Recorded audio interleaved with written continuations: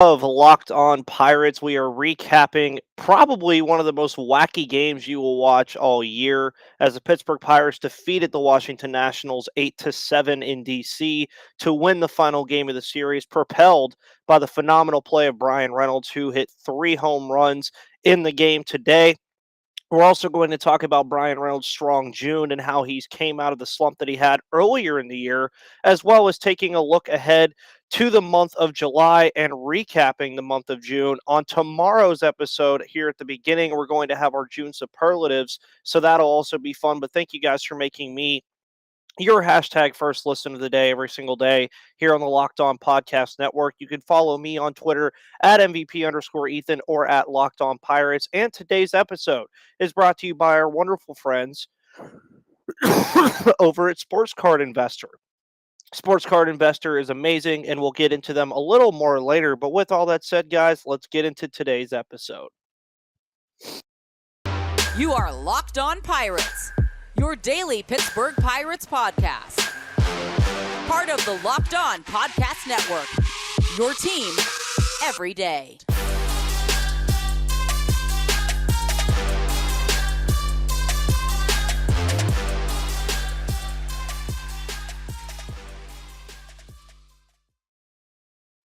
And welcome back to that Pittsburgh Pirates podcast, everybody. My name is, of course, Ethan Smith, your host who does the most. Hope you guys are all having a phenomenal Wednesday, June 29th, as the month of June is coming to a close. And the Pittsburgh Pirates, who have had a rough go of things as of late in these close ball games, with their last 7 games all being within a literal 2 runs of each other, finally pick up a win. Bryan Reynolds, of course, was the star today, picking up 3 home runs, 6 RBIs, and what has been a strong June for him. Chase DeYoung also comes into the game alongside Cam View, Tyler Beatty, and Yuri De Los Santos, with Will Crow, Dylan Peters, and David Bednar all unavailable out of the bullpen, and they did a phenomenal job, only allowing 2 runs after Mitch Keller's start. Mitch Keller, not the worst start here. Not the greatest start either. He did have 4 strikeouts, but he also allowed 9 hits, 5 earned runs, and 4 walks. Just not a great game for him.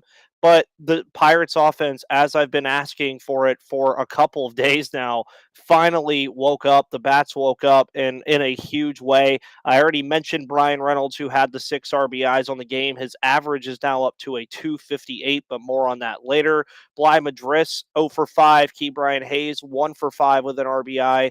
Daniel Vogelbach picks up 2 walks and an RBI. O'Neal Cruz even picks up 2 walks in this game, but he was 0 for 2. And then Jack Sawinski, Michael Perez, and Hoy Park all pick up hits as well. Just a very interesting game for the Pittsburgh Pirates to win here, especially because they gave up 16 hits to the Nationals. But of course, a big part of this game was that 4th out ruling that happened in the 5th inning where Hoy Park left the bag early. They tagged him out, but Sawinski had already scored, which ended up giving the Pirates the lead. Then Washington comes back, takes the lead back in the 5th inning. The Pirates score 1 in the 6th, 3 in the 7th, and the 3 in the 7th was just enough to get the win. Win number 30 on the year for the Pittsburgh Pirates, which could have came plenty of other times before this. As I mentioned already, in their last 7 games, every single game has been decided by 2 runs or less, dating back to last Thursday against the Chicago Cubs in that 8-7 win. Ironically, over this stretch, they end this stretch with an 8-7 win, and I'm hoping that if they are going to continue to play these close games, that they continue to win these close games. That's really where I am with it. And the cool thing about what the Pirates are doing right now is, outside of this game for Mitch Keller and the Saturday game with the Tampa Bay Rays, the pitching has been, for the most part, very good. It's just the other side of things with the offense has just not been good. You look over this stretch again, 1 run yesterday, 2 runs the day before that, 2 runs the day before that on Sunday, 5 runs on Saturday, 3 runs on Friday. So the offense finally woke up in this game, and it's a game that the Pirates needed to win. A sweep against the Nationals would just not have been good. You go to Tampa, you get swept in that very hard-fought series. You end this road stand 1-5. come back home to face the Milwaukee Brewers. This was a must-have game for the Pittsburgh Pirates, and there if no ifs, ands, or buts about it. It really was just a game that this team desperately needed. The team desperately needed this bounce back. Would you have liked a better performance from Mitch Keller? Of course, but at the end of the day, a win is a win. Shouts out to Yuri De Los Santos, by the way, who picked up his first major league save of his career.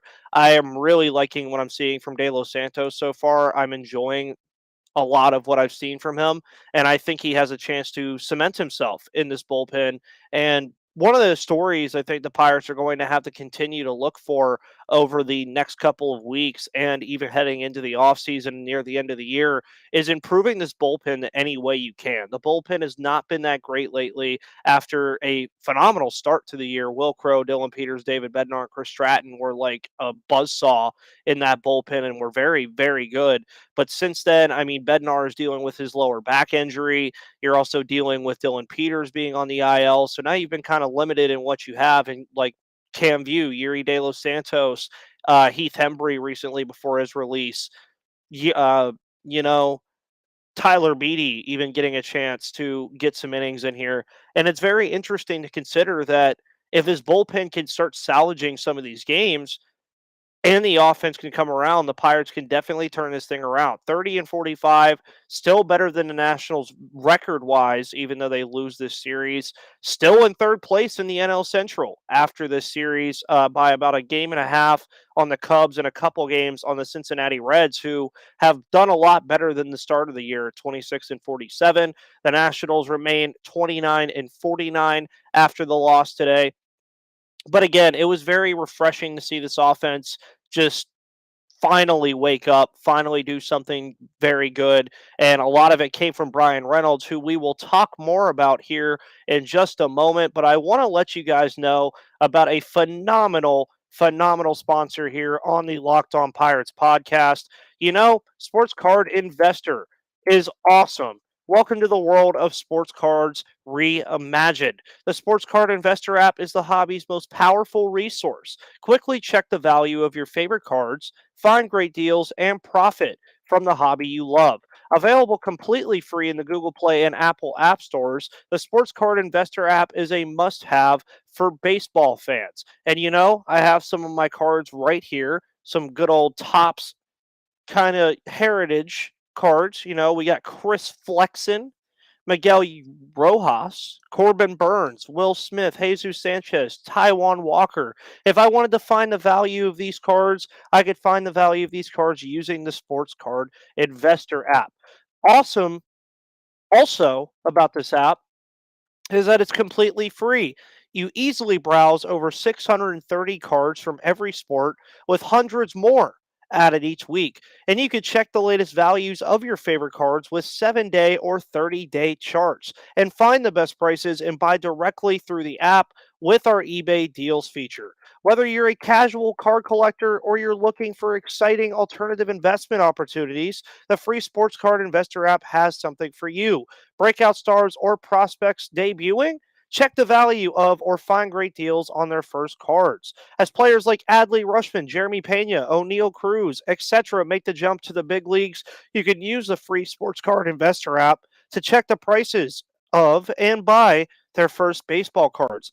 You have nostalgia with old players. Go back in time and see how much your favorite old cards are worth today. And personal, you know, sports cards can't ever go wrong with them. Baseball, football, basketball, hockey, golf, any sport you could think of, Sports Card Investor has it. So, download the Sports Card Investor app today. Available for free in the Google Play and Apple App Stores, or go to sportscardinvestor.com/locked on. One great thing, by the way, about this month of June, which is coming to a close, and we're going to have, again, our superlatives, and it's a double episode tomorrow. We're going to have our June superlatives and a preview of the Brewers series. And it's pretty clear who the hitter of the month will probably be getting into that tomorrow, but I'm going to give a lot of superlatives tomorrow for the month of June. It's something I want to continue to do throughout the rest of the months of the season. But Bryan Reynolds, in particular, this month has just been phenomenal. June Bryan Reynolds is amazing. He's unprecedented. And In 27 games this month, meaning he's only missed a couple of days, Bryan Reynolds is batting 340, 387, and 630 slashing with 18 runs, 8 home runs, and 19 RBIs in 25 games this month. People were worried about Bryan Reynolds. They were worried about how his season started for the right reasons. His season did start very slow. I thought that he was struggling out of the gate mightily, and he was very upset about it. You could very much see how upset Bryan Reynolds was with how he was playing in the beginning of the year. Now he's just on a different level. And people are bringing up extension again, which we already saw the 2-year deal to buy out his arbitration recently, which was very nice to see. But Bryan Reynolds, again, you look into the player that he is and the guy that he is, and you really want him to cement himself as a leader on this team. Bryan Reynolds last year was the best player on this team, clear cut to the point. Ke'Bryan Hayes, of course, was injured, but Bryan Reynolds last year was arguably the best center fielder in baseball at times last year. Obviously, with the All-Star appearance, that helped out a lot. But Bryan Reynolds is not going to be a free agent until 2026. He's 27 years old. He's a switch hitter. Defensively, he's great. Right now, sits at a 258 average, 15 home runs, 31 RBIs, and he's top 70 in the league in OPS. Over his last 7 days, you continue to look at the splits here. He just does the thing, man. I mean, he's really, really done well. In the month of June, as I mentioned already, he's doing awesome. He's still projected to hit in the 270 to 280 range, but he's added a power dynamic this year that I think a lot of people knew that he could tap into, but he's finally tapping into it, and I'm enjoying it a lot from what I've seen from Bryan Reynolds. And he was the story today. He really was. I mean, 3 home runs, 6 RBIs. Without that kind of performance, the Pirates aren't winning this game. Not with the start that Mitch Keller gave you, not with the way the rest of the offense was really doing. I mean, the offense did fine, 9 hits for the entire team, but Reynolds accounted for over 90% of, or over 80% of the runs that were scored in this game and over 30% of the hits in this game. You can't expect, though, the win's nice. This is where I'm going to start with this. The win is very nice, but you can't expect these kind of ridiculous performances from, say, Ke'Bryan Hayes, Bryan Reynolds, O'Neal Cruz, Bly Madris, even, who's come out of the gates in his major league career very fast. You can't expect these guys to consistently give you a performance like this. It's just not healthy to think that way, first of all, and it's not realistic to think that way either. That's where a lot of the rest of the lineup really needs to come in and start contributing somehow. They have to start contributing somehow. And I say that in terms of what I brought up earlier about the hits. Sawinski, Perez, and Park all added to the hit total today. Josh Van Meter even added to the hits today. Daniel Vogelbach added to the hits. But Bly Madris was 0 for 5. Michael Chavis 0 for 1. Castillo 0 for 1. We keep bringing up how good here on the Locked on Pirates podcast. We keep bringing up how good the top of the lineup is. You're consistently seeing Ke'Bryan Hayes, Bryan Reynolds, Michael Chavis, O'Neal Cruz, Bly Madris in that top of the order. Michael Chavis has dipped down to a 243 average. He's not playing as good as he was earlier. Is he good defensively at first base? Sure. Is he great at first base? No. The Pirates, with the offense the way it is constructed right now, are not a powerhouse by any means. But do they have the tools for Andy Haynes to eventually get them to a point where they're consistently scoring 5 to 6 runs a game? Yes. Bryan Reynolds is on a tear this month. He's only going to continue to keep playing better because he is a damn good baseball player. Ke'Bryan Hayes is batting 262. It's not sexy, but with the defense that he gives you, you'll take 260 or higher every single year. Bly Madris is hitting 314. Small sample size, but if he even hits 260, 270, you'll take that. O'Neal Cruz, 211 right now. He's struggling a little bit out of the gate. Something that a lot of people didn't expect to happen, something a lot of people didn't want to see to happen, but he's still playing well. Sawinski is batting 209, but he's hitting that long ball. He's giving you the things that you aren't getting from a lot of these other players. Daniel Vogelbach, by the way, has been a wild card in this lineup ever since he came back, mainly because he gets on base any way he can find a way to. Yeah, he's batting 220, but he's a walks machine. The dude has phenomenal vision at the plate. He's done very well getting on base in that regard. But then when you consider that Michael Perez is still getting at bats in this lineup, and they don't really have a choice with Perez, Tyler Heineman being the two catchers. The dude's batting 129. Diego Castillo, 194. We already saw Cal Mitchell get sent down, which I like seeing Cal play, but he does need to improve on a lot of things at the AAA level before he comes back up. It was nice to see him get his cup of coffee up here, though, have his prime moments and, get some of those accolades out of the way. I do think Castillo is next. I think he's going to get sent down. His glove has not been playing as well. They now have O'Neal Cruz back. They have Josh Van Meter, Hoy Park. They have options to throw in the middle infield. So I would very much expect Diego Castillo to get sent down once a Ben Gamel or a Yoshi Tsutsugo is ready to come back. But at the end of the day, as I alluded to again, it was nice to see this Pirates team and this offense wake up, but it was really centered all around one guy.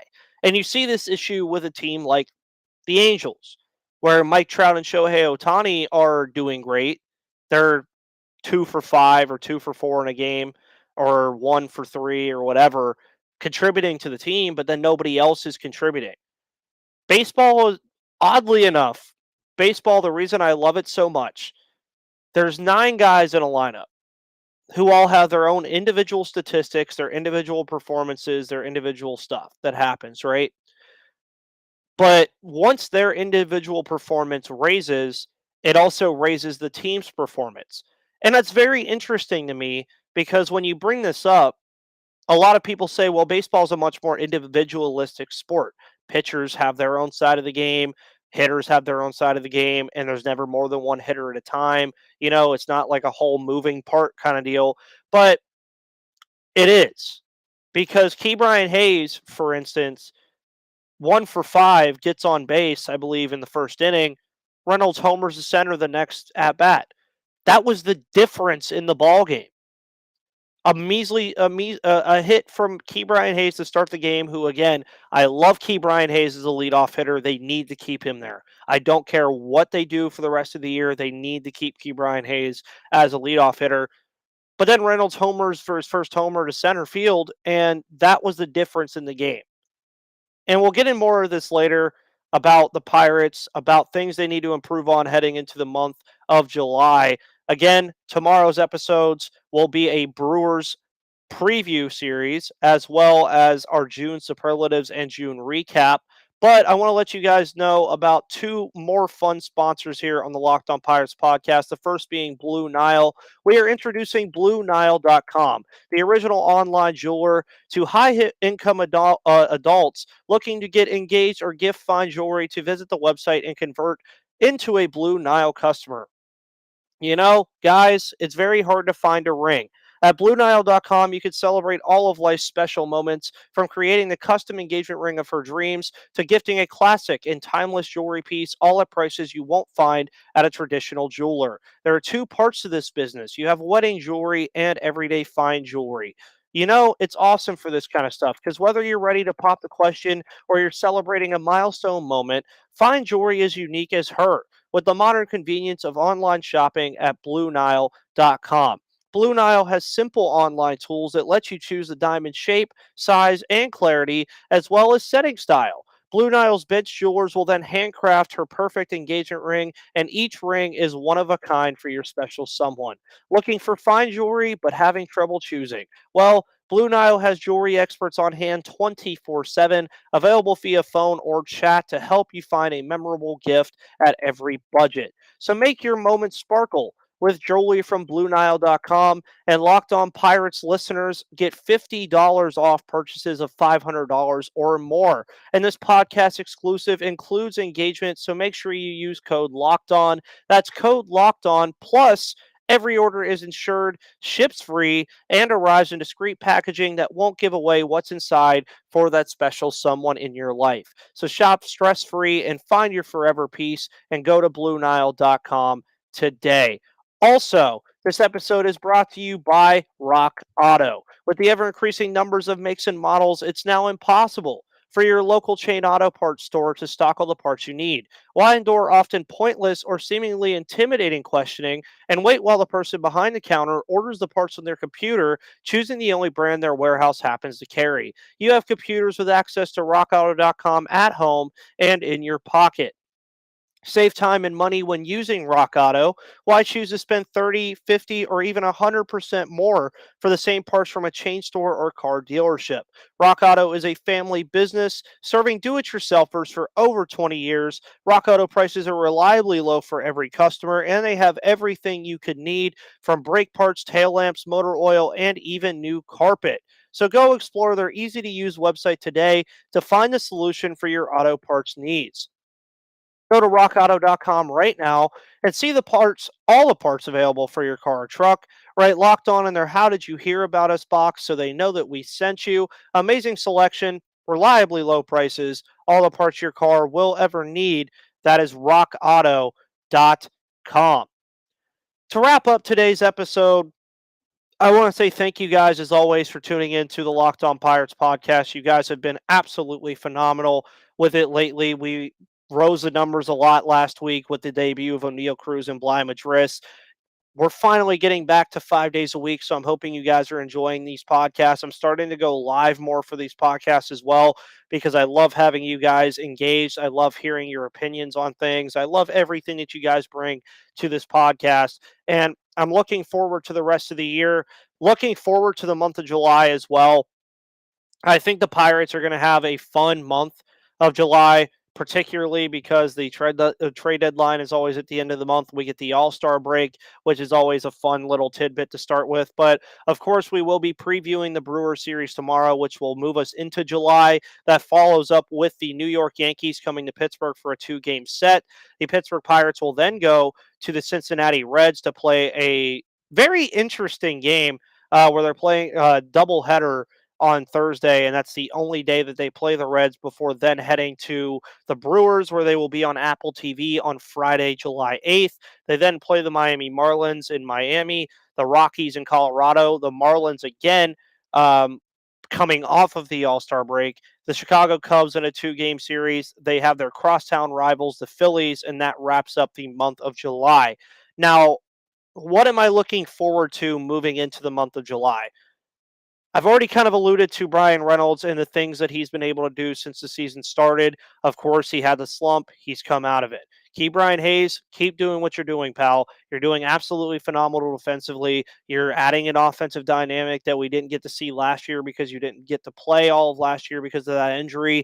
I'd like to see O'Neal Cruz start to be a little more disciplined at the plate. That's something that it's like a teeny little thing, but I'd love to see him start to be just a tad bit more disciplined at the plate and not try to kill every ball that he hits, even though he does when he does hit it anyway. Bly Madris, another guy, I think he's going to stick around. I think his age is going to help him out in that department. His defensive versatility as well, being able to play first base and the outfield. I'm very excited to see what he'll do in his first full month because Bly Madris, O'Neal Cruz are getting their first full months coming up in July. So I think that'll be a much better benchmark to what we can expect from those two for the rest of the year, seeing a full 30 days or 31-day month, a full month of them playing against quality talent from Miami, Philadelphia, Colorado, the Yankees even, which I'm very excited for that Yankees series. By the way, I'm pretty sure it'll happen. We'll probably have Stacey Gotsulias on the podcast for that one. Well, don't get a plenty of opportunities to have Stacey on the podcast, but I'm sure she'll be here for that one.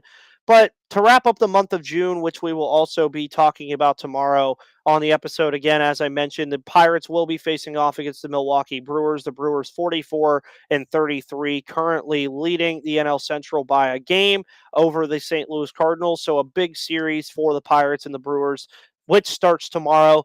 Guys, thank you so much for tuning in today for this post-game episode following Bryan Reynolds' absolutely masterclass performance that we got to see today. As always, you guys already know where to find me on Twitter. Find me on Twitter at MVP Ethan and at Locked On Pirates. You can find this podcast on Twitter, Spotify, Odyssey, Apple Podcasts, Google Play, and YouTube, or wherever you get your podcasts.